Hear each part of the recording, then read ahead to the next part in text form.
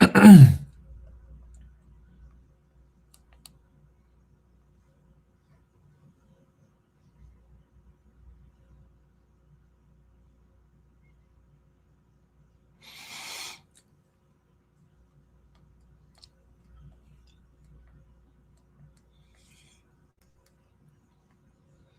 right, shalom, shalom.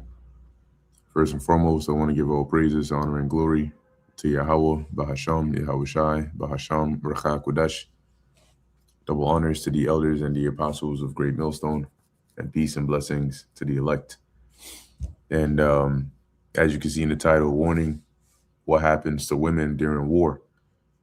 Now, when I woke up this morning, I was watching this lesson that was put up here. Let me see if I can move this out the way. Move this over here. Okay, this is better. So I was watching this lesson that was done by the elder apostle Tahar, and it was a response to a video that was done by the elder brother, I believe in GMS North Carolina. Forgive me, I forget his name. I believe it might be the elder Hawad, if I'm getting that right. Forgive me if I'm not. But basically in the video, right, it's going into a dream that was had, right, by an individual about the draft and women catching hell, right? So it's basically a response to that. And, we've gone through many scriptures, and we continue to, because it's part of our job, right? It's part of prophecy, detailing, right, what, not just what happens in general, but like what is prophesied to happen according to the scriptures, especially in these times. Okay, so now what I did was I typed in, I looked this up and I found some information. This is actually from the UN, United Nations website. This is UN. I'll share it in a minute, but it's basically going into on the United Nations women website how to, or a problem, right? Like actual problems concerning what happens to women, in armed conflict and in war, that is become, such a problem that they're trying to, come up with different resolutions for. And this is something that has been the case for many generations. It's nothing new. Okay. And so now that we're entering into a time like never before, where there's literally a war going on that doesn't look like it's going to end anytime soon. And now they're discussing, which it's pretty obvious what they're going to do. Okay. There is going to be a draft. If you just even look at how this Trump admin is operating, but also when you just look at biblical prophecy, right? It's prophesied. I believe that second is the 16th chapter, okay, about the women losing their men in the wars. And that leaves them what? Defenseless. Okay. So Lord willing, it won't be a long lesson. I just wanted to bring out this piece of information and this video. I recommend going to watch it. It's pretty good. But let me share this tab real quick. Okay. So let's go ahead and zoom in on that. Much better. All right. So on here, I was reading through. It's not a long read, but it's showing you and once again, this is something that we already know, right? At least you should already know. But what this is to do is to, put that sombering, remembrance back into your mind, because over time, especially here in Babylon and other countries, right, other Western countries, there's this women have been put into this illusion, right, of having some pseudo strength. And when you look at the strength or power of women, it's through influence, but that's not it's influence in an artificial society. Okay, and that's by what they're holding men prey or hostage with their body, you could say, right? When that's what they do, because how is that possible? Well, they spent a good majority of society over sexualizing women, weakening men, and stripping men of any ambition or desire or will to do anything other than just be sexually driven creatures. So all these the average man, especially in America, you know, all they think about is they see a fine chick and everything else goes out the window.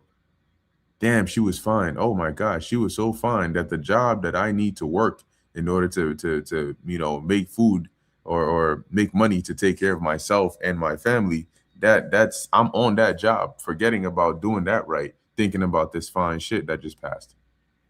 Right, that's literally the energy that's been pushed on the populace. So when you occupy a greater percentage of men's thoughts with women, and then not looking at women in the sense of how anything more than just trying to just pop her, and then you over sexualize women, and then you create platforms for them to, if you literally go on damn near any social media platform today, what is like 90 the majority of users on these platforms are women, and majority of the content they post is something that is either promiscuous or revealing or whatever it is. Ask yourself, like, why is it that when you watch even like track and field, look at the attire that they're wearing. Okay, let's see here, whether it's sprinting, um or the little long jump, pole jump, whatever the case is, or even hurdles, they're pretty much, let me just share it instead. I just typed in here track and field women athletes. Okay, that's it. And boom, pretty much half naked. Volleyball, same thing. Okay. So when you look at it, you're like, well, why is everything, so revealing? What's wrong with wearing, something that's not as revealing? But that's the uniform. Okay.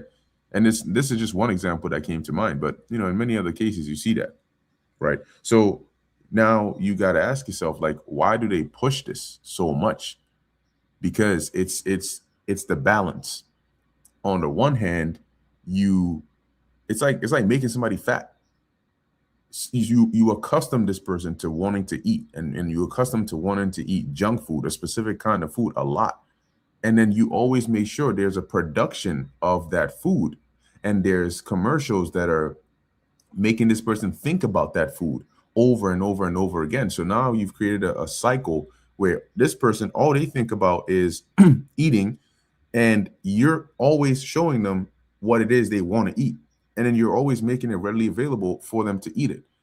So it's just a continuous cycle, and the thing that is changing here is this person's weight and the size of their back, and it's getting larger and larger.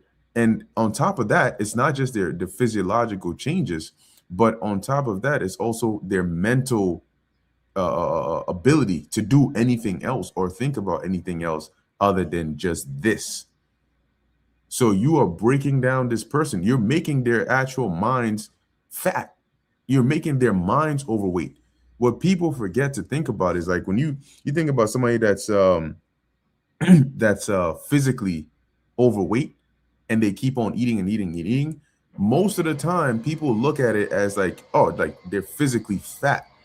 But there's also a mental weight gain that's going on in their mind, where they can't, just like they can't or most of the time they're thinking about food is making their mind actually weigh much, and it's all on just what, thinking about food. So they spend less of their day thinking about anything else, trying to be more productive. And I'm talking about those that are on the extreme scale of things. Anyway, coming back to the point, they've designed society to be like this. Okay, they've designed society to be like this, over sexualized and so on and so forth. Now, when you go back in history, going back to this tab, when you go back in history, even in societies where men were not, or women were not over sexualized, societies where men were not turned into jackrabbits and sex machines, during war and conflict, these sexual assaults against women was particularly high. So what do you think is going to happen in a society today where men are turned into sex machines, and a lot of them are sexually frustrated? And now you have, because it's not every man that will be taken away in the draft. There's still going to be some here, and it's not going to be all the. Not every man that's left over here is going to be a good man. So you do the math. And majority of the population are women too. So if you're a woman, you got to think about these things. Like, yo, that time is coming. Yeah, all hell's about to break loose. But what does that mean for you? What does that actually look like for you? That means there's a big old target on your back, on your lower back to be precise. That's a joke. That's a joke. Anyway, so let's read this real quick. It says, that's crazy. Women and armed conflict. It is estimated that close to 90% of current war casualties are civilians, the majority of whom are women and children, compared to a century ago when 90% of those who lost their lives were military personnel. Although entire communities suffer the consequences of armed conflict, women and girls are particularly affected because of their status in society and their sex. So if you, hold on a second. There's this like delusional mindset, right? Where a chick thinks that, oh, she has a nice looking body, so men swoon over her. So when shit hits the fan and you got a gangs chasing you, you gonna turn around and just show them your phone, and they're gonna see 1.1 million followers on IG, and then boom, immediately it's gonna like blow them away like a shockwave. Bam! Oh shit! You know, one guy flies into like a building 3 blocks down the road, down the street. Then the other two just like fall back and their legs are crippled. And then one of them just goes blind because he's just like, oh shit, look at that booty on her. Damn. Oh my gosh. They think that that's some sort of power. The second she turns around and said, boom, I got an OnlyFans, then oh my gosh, everybody gets weak. That's not real life, bro. That you have absolutely zero power. That's actually what makes you a target. So that's why it's saying here that, yes, during war, during conflict, like a lot of people are affected, but the primary target, the main people that are at the mercy of others are women and children. Okay. And during war, this skyrockets, and not just war, but any form of chaos, this skyrockets. We are now entering into a war. It's going to be disruptive on American soil as well. It's not going to be just overseas. Now imagine your protectors and men that are now getting sent overseas. What do you think is going to happen over here? And this document goes into it a bit more. And that's why the scriptures say, woe unto you, careless daughters. So it says, parties in conflict situations often what? They grape or assault women, sometimes using systemic. You got a whole system for this joint. Systemic grape as tactic. I'm just gonna call it assault because I'm not sure how the YouTube algorithms are. They're gonna come and attack me. Hey, shalom, Yehovah, show me on Shabbat. So it says here, systemic assault as a tactic of war. Other forms of violence against women committed in armed conflict include murder, and that's one thing too. Women think you think you're above murder for some reason, for some convoluted, diluted reason. They think that I look good. Nobody's ever gonna kill me. What? Hold on. What? How many cases have you seen on the news where it says some guy goes and assaults some chick and then kills her after that? Because, bruh, that go back and read the story about Amnon and Tamar. And it said, with how desirous Amnon was for Tamar, even though she was his sister, you would have thought that afterwards he would have been like, look, I'm trying to marry her. Like, I'm trying to actually make her my wife. I don't care what. No. You know what happened after his strong, lustful desire wore off? Because what they call post-nut clarity hit him. It says that he hated her, and in fact, he hated her worse than the passion of desire he had for her to begin with. So in that time, the dude's gonna be like, look, I got no more use for you. It's like when you're very hungry and you see food, you don't think about anything else. But wait till you finish eating that food and like you're full. You don't even want to see somebody else eating next to you. You don't even want to see food anymore. You're like, yo, throw this out somewhere. Like you don't actually think of the next time you're gonna be hungry. You're just thinking, yeah, I don't even want to see this anymore. Like, yo, get that out of here. So it's similar in terms of, in the time of chaos or armed conflict. They see you, they want you, their their testosterone is high, their desire is high. But once they have you, now it's like, okay, well, damn, bitch, now you really stink. You know what I'm saying? Like, I mean, you smelled bad before, but I didn't really smell it because I was under this, my second head was working for me. But now, God, get the hell out of here, So murder is definitely not, you're not excluded from that. Isaiah 9 and 5 goes into that as well. Right? It says here, and it's much easier because you're weaker. That's like when we speak about these things, we're being real with you. And what you should do is sit down and really count the cost and be like, yo, all right, I'm clearly not as strong as this guy. And damn sure not going to be stronger than 5 of these guys, when shit hits the fan. So I got to actually sit down and think right now that shit hasn't hit the fan yet. What's the smartest thing to do? Especially being that majority of women are single. You got to sit down and think, okay, what's the smartest thing to do in this time?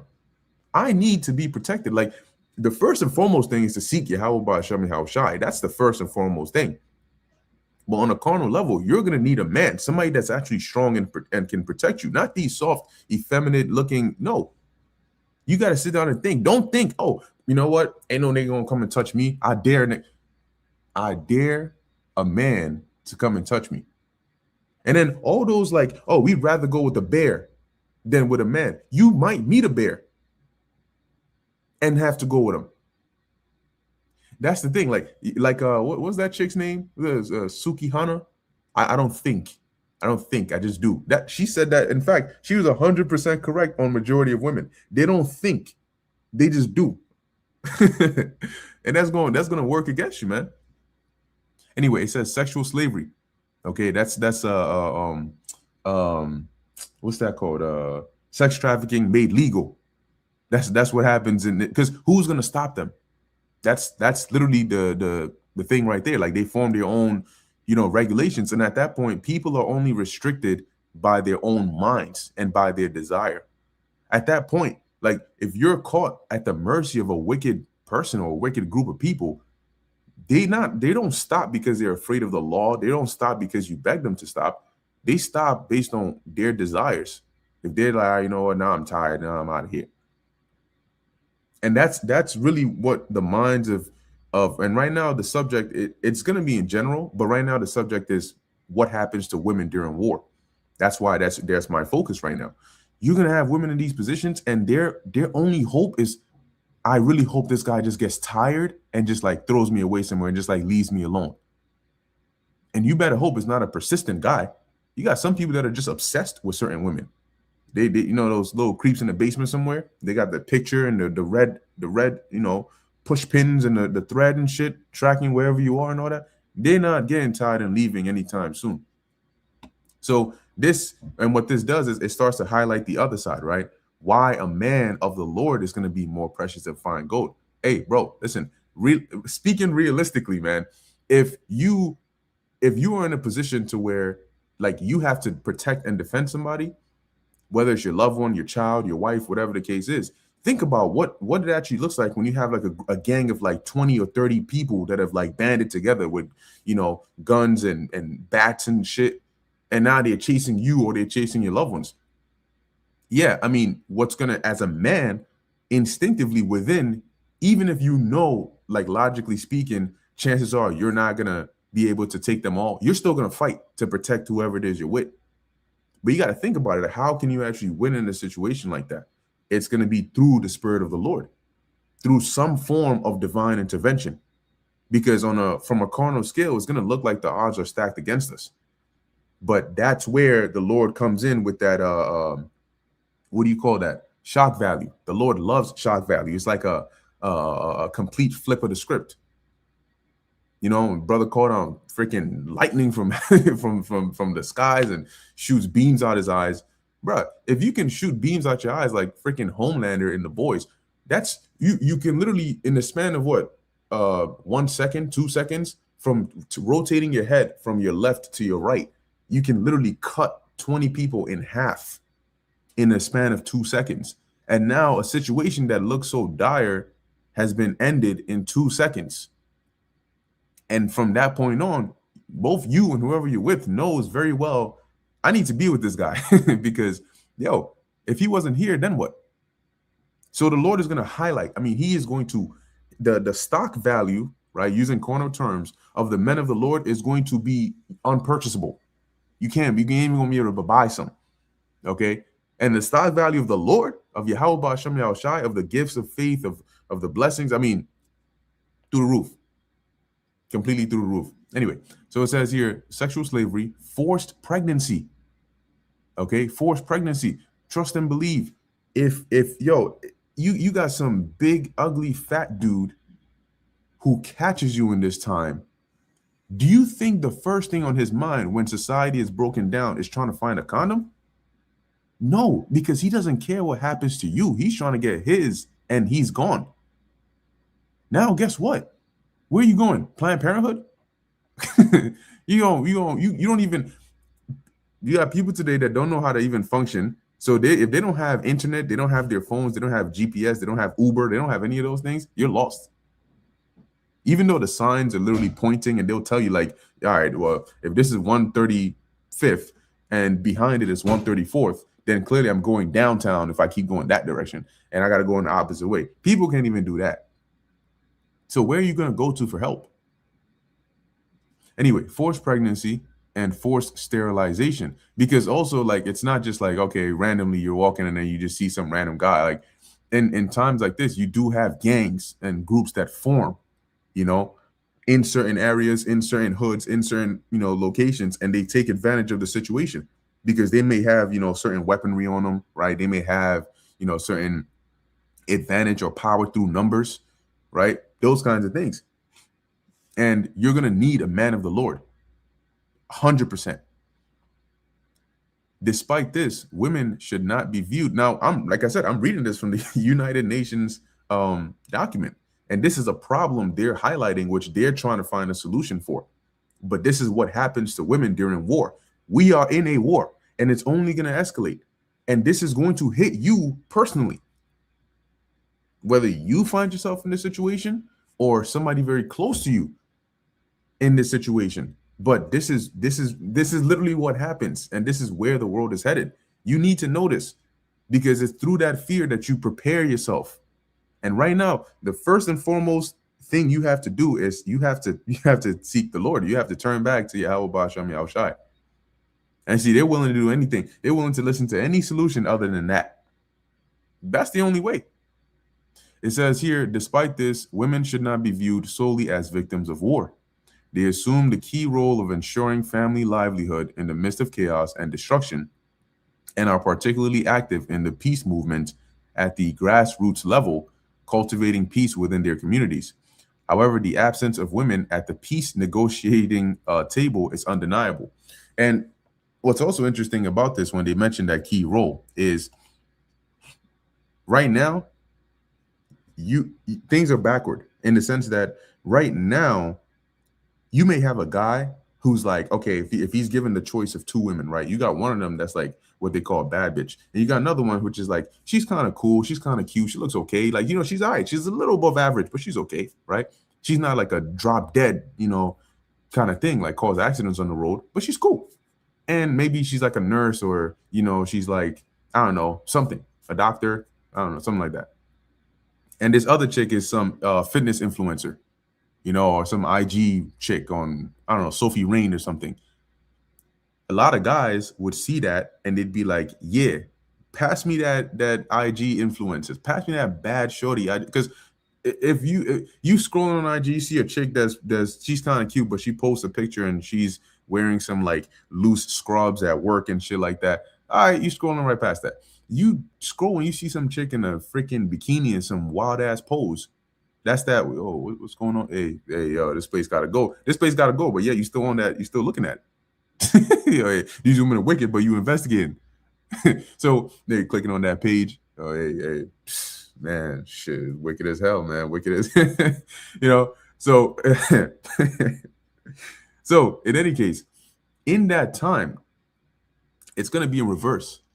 Why is it gonna be in reverse? Because in that time, what is the value of okay, what do you actually bring to the table? Why should I risk resources, my life, time to protect you if I'm faced with the choice of these two women here? One, her experience that she's bringing, because we're gonna be doing spiritual resume checks.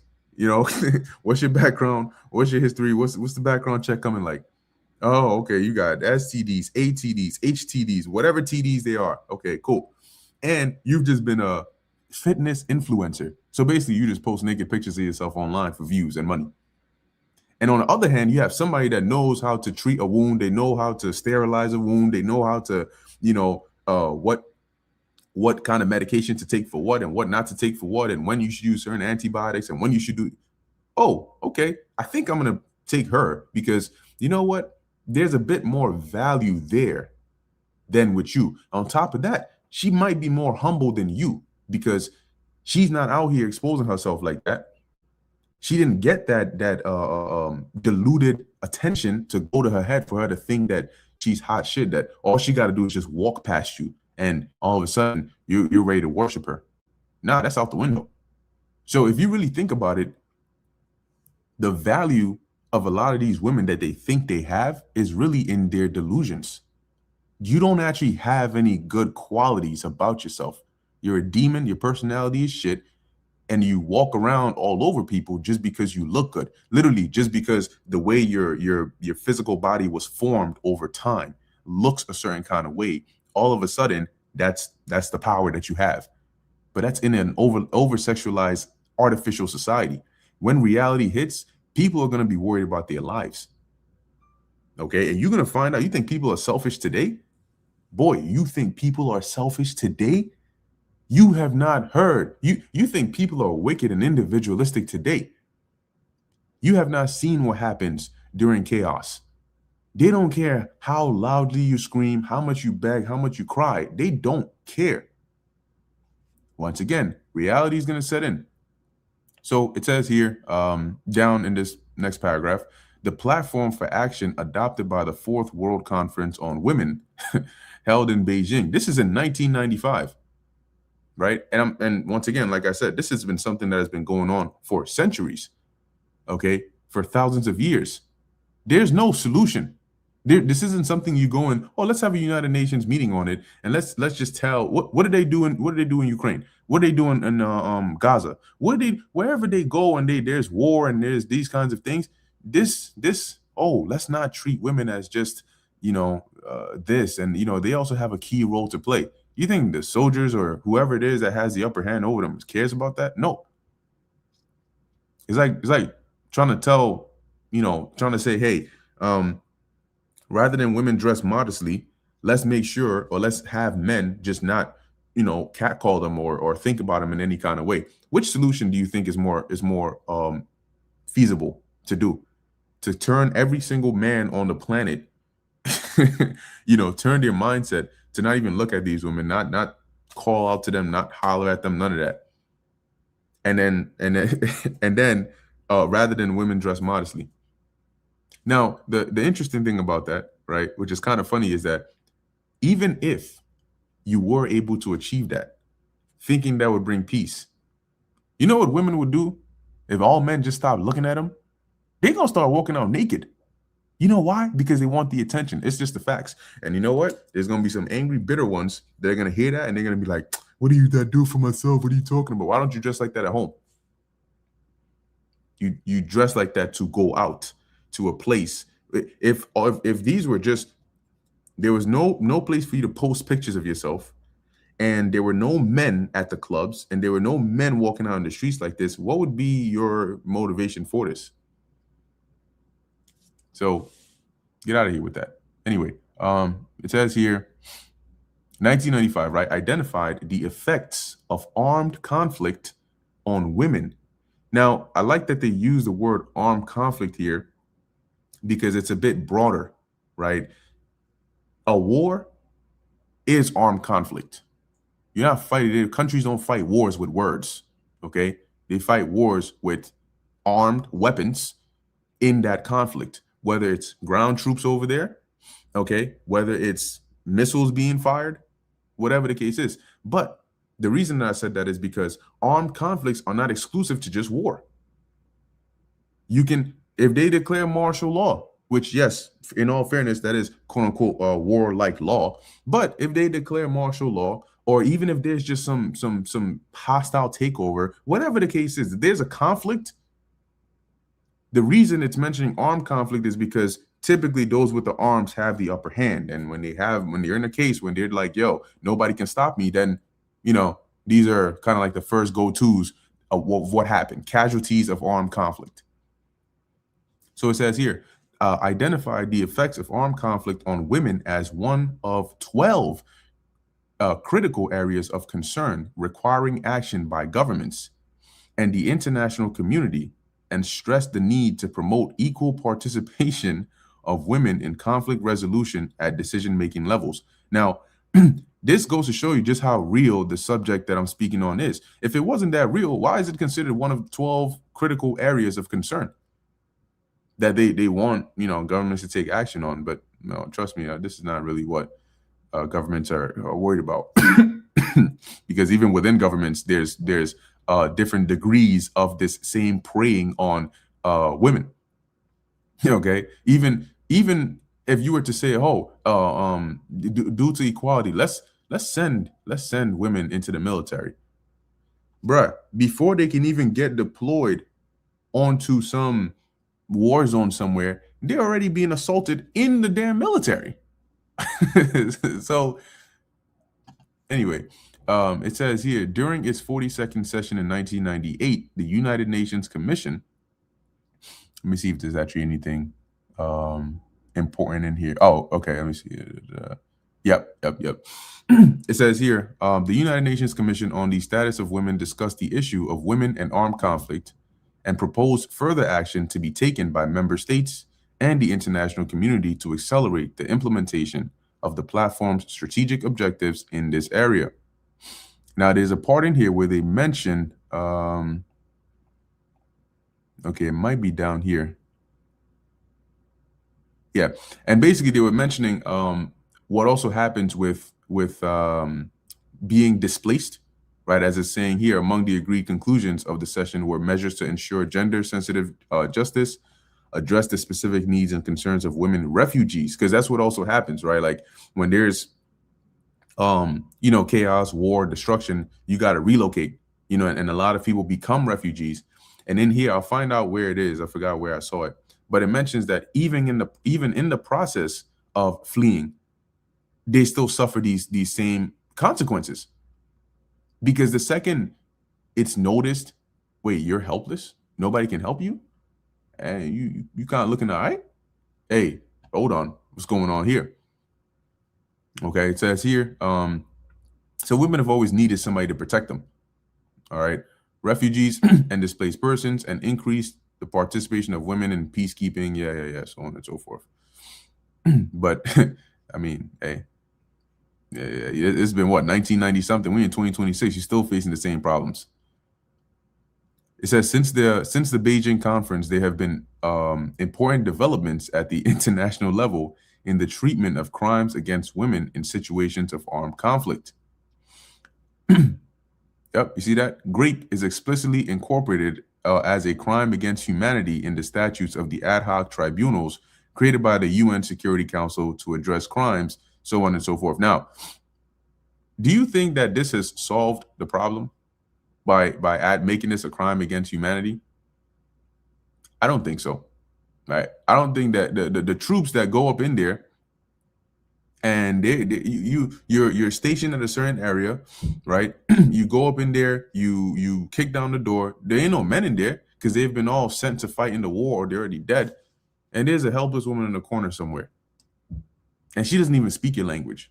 You think that troop, that's that soldier over there in the place where he's are in war, there's no cameras, there's no nothing. You think that soldier in there is standing there thinking about a UN resolution act that he read online 3 years ago that's saying that this is a crime against humanity? Bruh, you got people that are, oh, well, just, after that, you just shoot on the head or something. Like this, it sounds harsh, right? But it's reality. Okay, it's reality. So I think it's in here. This is what I was looking for. The growing number, and this is displaced and refugee women, the growing number of armed conflicts at the end of violations associated with them have resulted in an increase of forced internal displacement and refugee flows. As a rule of thumb, more than 75% of displaced people are women and children. And in most refugee populations, they constitute 90%. Basically, you are the most at risk, right? You have the most to lose. Like, look, if in an all hell break loose scenario, if dudes see a guy, most cases that happen is, a fight, a skirmish, or an alliance. In the fight or skirmish, it's all right, I got to either kill this guy, or I got to wound him enough to where he's not a threat or neutralize him. That's usually the case. When they see a woman, the first thing that's going on through their mind is not, I got to neutralize them. They're thinking, put the gun down, walk up to her, and now it's a different kind of neutralization. Okay. Anyway, it says here, so there's a lot more to suffer. The abuses that women and girls suffer in armed conflicts may take various forms, such as assault, sexual slavery. Imagine that. You being a sex slave. Boy, there's a book. I remember I had to read this in college years ago. And it was called damn, what was this book called? It was about child soldiers in Sierra Leone. And I forgot the name of the book, but in the book, man, it was just like straight crazy, nasty, disgusting work, but they were basically, because of the scarcity of life, food, and all of those things, it basically turned these people to like live like animals, and they were recruiting, little kids as like young boys as like child soldiers, and go around and take over certain areas and cities and so on and so forth, and then also popping them, but it was just like the things that were highlighted in that book were how normalized inhumane behavior became because of how bad things had become. Because remember, the brain still tries to adapt to whatever situation you're in, right? And we use that to our advantage in like positive things. Okay, how you increase your stamina, how you increase your strength. Your brain adapts. When your brain thinks like, hey, I'm in a situation where I need more strength, right? Or I need more of this, then you release, those critical chemicals to get you to either use more of your strength that's in your reserves, or think a certain way, whatever the case is, right? But your brain adapts. You're in a certain situation, it's like, yeah, I'm going to be here for a long time. Okay, how can I make it most tolerable? When you watch like The Walking Dead, you look at a character like Rick, from when he first started in the beginning of the series towards getting to the end, he's a completely different person, because his brain, having gone through all those experiences, is like, hey, you need to think a certain kind of way. You can't afford to be Mr. Nice Guy.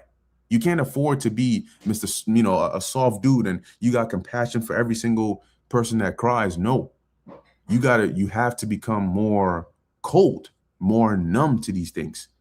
The brain constantly does that, okay, to adapt in these situations. So that allows people to act more inhumane, but it's normal to them, because their brain has now made it to where all hell broke loose. There was no food. In the beginning, cannibalism was disgusting to you, but now you're a freaking professional cannibalist because your brain has adapted, because it's like, hey, I need to survive one way or another.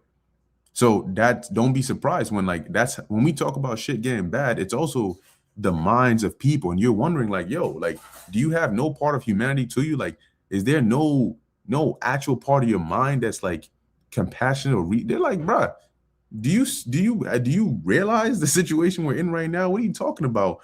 Compassion. That's out the window. That was out the window day 3. We on day 14. I'm just giving an example. So that's why these things that look like, damn, like people would actually go to this extent, yeah, given the right desperation and the right situation, they would go above and beyond. Remember, in the book of Kings, you had mothers eating their children, agreeing. And I always go into this and say, you have to think about this. Don't just think about that one sentence, ate their child. You have to think about, what does it take to eat your own child? Your child is alive and then they're dead and you're eating them. They didn't just drop dead. You had to kill them. That's murdering your own child. Step number 1, out of pocket. And then you've murdered your own child. Your conscience was not bad enough to tell you, hey, yo, this is crazy. But now you're actually preparing, like when you're making food, your human flesh does not smell appetizing. It doesn't matter what you do to it. It doesn't smell appetizing. So imagine what level of desperation you got to be in to where you look at your child that as a mom or a father that came from you, that you would have done anything for to protect them. Now you are the source of their danger, where you actually sat down and said, y'all got to kill my own child so I can eat them, so I can live. Imagine how selfish that sounds in itself. But then you do so. How are you going to do it? You're going to strangle them? You're going to stab them up? What are you going to do? And, it's not like they're just going to be there, freaking Jolly Rancher. Like, this ain't going to hop on here like, yeah, go ahead and do it. They're going to be afraid. They're going to be trying to beg for their life and shit.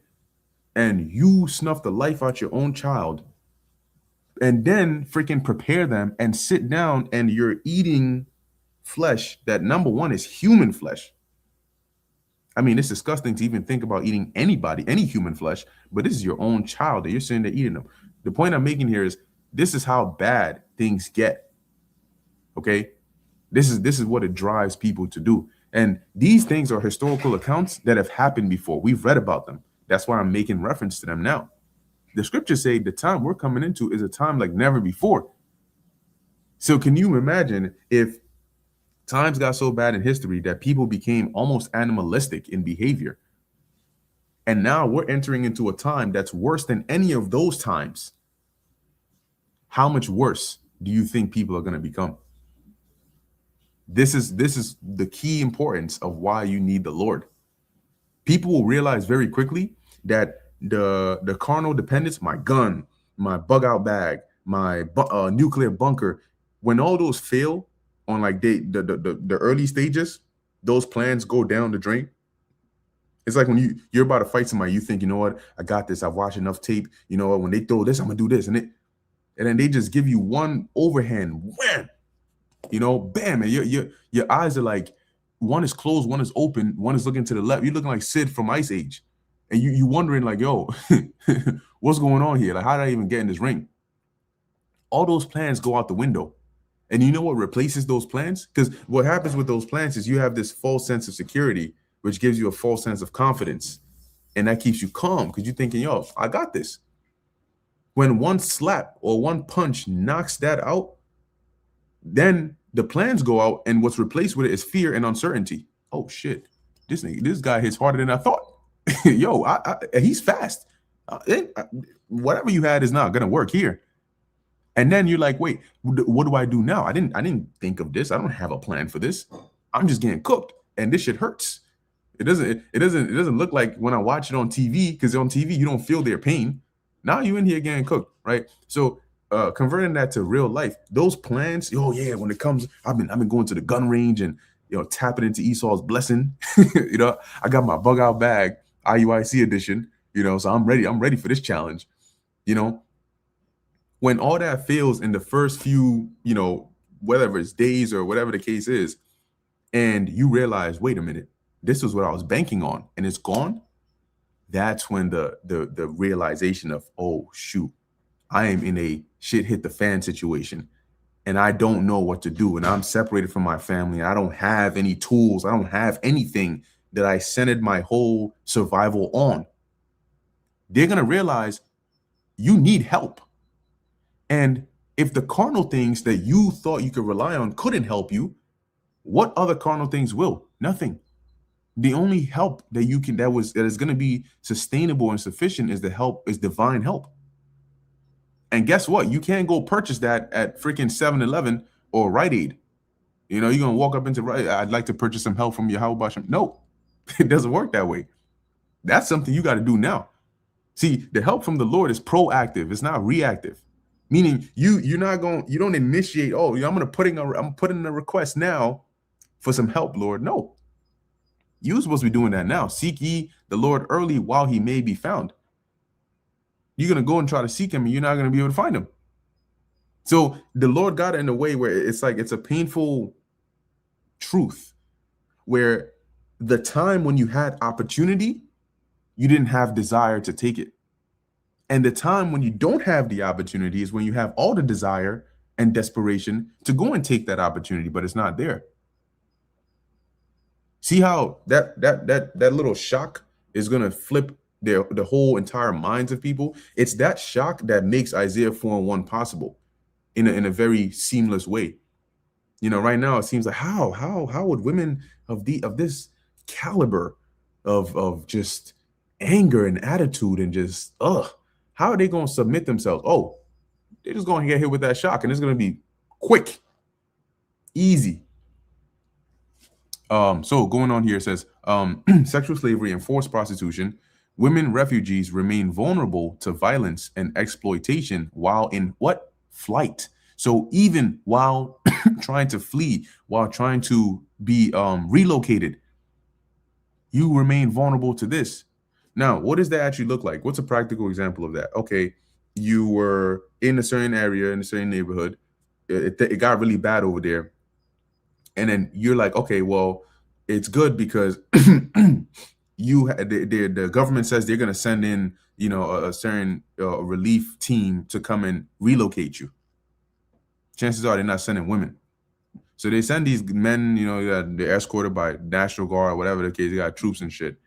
And they come there. Unfortunately, your husband or your brother or whatever in their early days was like, hey, I'm going to go seek some help or things we need. And then he never comes back. So now it's just you.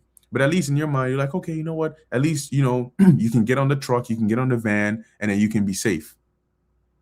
And then while that van is transporting you, they freaking take a detour and park somewhere. And then the troops themselves get out and they like, yo, you come over here with us. And now that safety of, wait, I thought I was getting transported to a safer. Oh, yeah, you are. It's just a little pit stop. Okay. And now you getting things done to you over there, and then they throw your ass back in the truck, the van, and then they take you to this whatever camp, refugee camp or whatever. And then over there, it's not as safe as you thought it would be. So there's that where was I reading that? There's that in flight, okay, where while you're trying to get to somewhere safe, you're still vulnerable. It says, as well as in countries of asylum. So when they do escape, because when you go to an asylum, you still don't know anybody there, and people may try to, oh yeah, oh this is just it's such a sad story, and let me help you out, and you don't know if somebody's being genuine, if they're trying to take advantage of you. Like you don't really know these things. So it's about to be real difficult out here, man. It says here, enduring repatriation.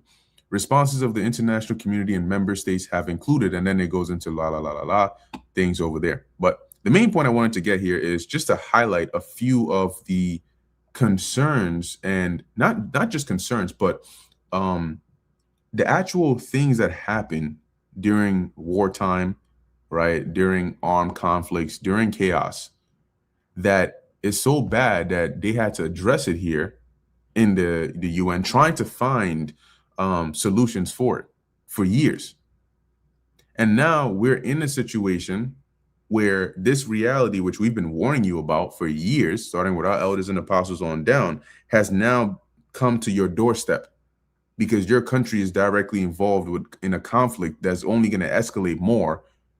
And and the scenarios or prerequisites that lead to you as a woman being in the position of having this be your reality, those prerequisites are being checked off as we speak. One of the last ones remaining is just a matter of time. There's a prerequisite that has a checkbox next to it. And a prerequisite is something that has to happen before something else. That prerequisite is called a matter of time. Once that's checked off, whether it's via some false event here on the US soils or some cyber attack or whatever the case is, once that matter of time is checked off, now you're going to find yourself in this situation. And you better hope and pray that the Heavenly Father has mercy on you. I mean, we all hope and pray the Lord has mercy on us, because guess what? Yes, I'm mentioning what happens to women in war, but this also affects men. Ain't nobody wants that to be their woman, right? That's suffering this. No. And as a man, as a real man, a part of you, even like I mentioned before earlier, even if you know and feel like, hey, I'm not going to win this, you'd rather die protecting someone or something you care about. Okay, that's just the human side, you know, the manly side of a man.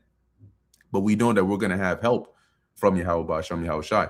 So I have two quick precepts, and then pretty much gonna wrap it up. This is Isaiah chapter 32, verse 2.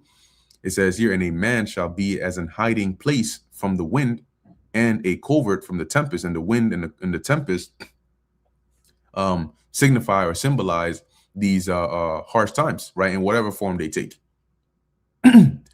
But it says here, as rivers of water in a dry place.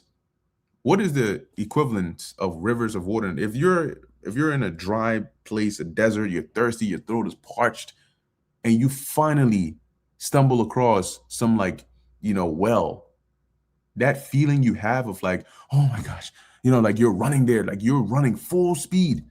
Like you may have been winded, you may have been tired, you may have been like on your last leg, but seeing that well gives you some sudden surge of energy, because it's like, yes, this is exactly what what I've been looking for, and I need, and is right in front of you. So all of a sudden you got energy again, and you're running to that well, and you're like, thank God.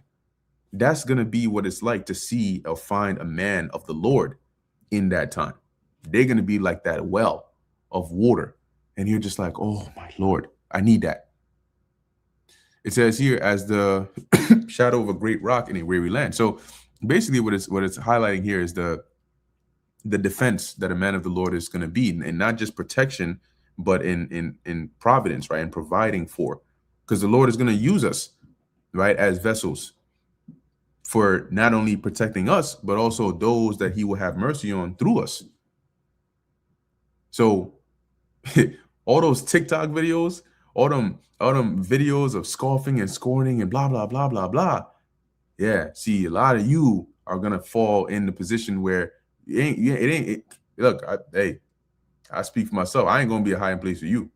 Shit, I expose the shit out your ass. Oh yeah, she's right here. Yeah, get your ass over there. You know, go tell them some of your scoffing stories. I'm coming out with that shit. You come over here to this well, you're going to find lava in there. And you might have to drink it too. So yeah, man. So the Lord ain't playing. You know, Lord ain't playing. This is Isaiah chapter 13, verse 11. It says, "And I will punish the world for their evil, and the wicked for their iniquity." And these things are all part of that punishment. Okay, "And I will cause the arrogancy of the proud to cease, and will lay low the haughtiness of the terrible." And what's give it a scenario, right? What is the one of the most powerful ingredients of causing pride and arrogancy to cease? Fear and pain. They're like wound and bound up together. Okay, then the negative feelings, fear, pain, desperation. Look at Antiochus. All right, look at Antiochus Epiphanes. Antiochus was a proud demon. But yet, look at how he sounded. Read 2 Maccabees, the 9th chapter. Look how he sounded upon his death. Oh yeah, his haughtiness and his pride was brought low very, very quickly. Verse 12, it says, and this is the key point I wanted, "And I will make a man more precious than fine gold, even a man than the golden wedge of Ophir. And there are two ways, right? Two ways that I think of this, in the sense that when you look at the value of something, the value of something skyrockets in case number one, when there's a great need of it. And in case number two, if the thing itself is just a valuable thing on its own. So even if there's not a need for it, it's still desired. Okay. What's an example of the first case? A pen or a pencil, right? A pencil, just a regular old pencil, that's not something that is desired of its own unless it's needed. You don't go to work or on your way to work, or you're just randomly out there. You're like, man, I wish I had a pencil. You don't go to pray to the Lord and say, damn, Lord, I wish you bless me with a pencil. Like, I'm in need right now. No, because a pencil on its own, it's not desired. Now, think back to when you were in like middle school, or you were in high school, and you have an exam to take, and they like take out your freaking 7B pencils because you're gonna need to. That's what you need for the Scantron for your answers to be detected.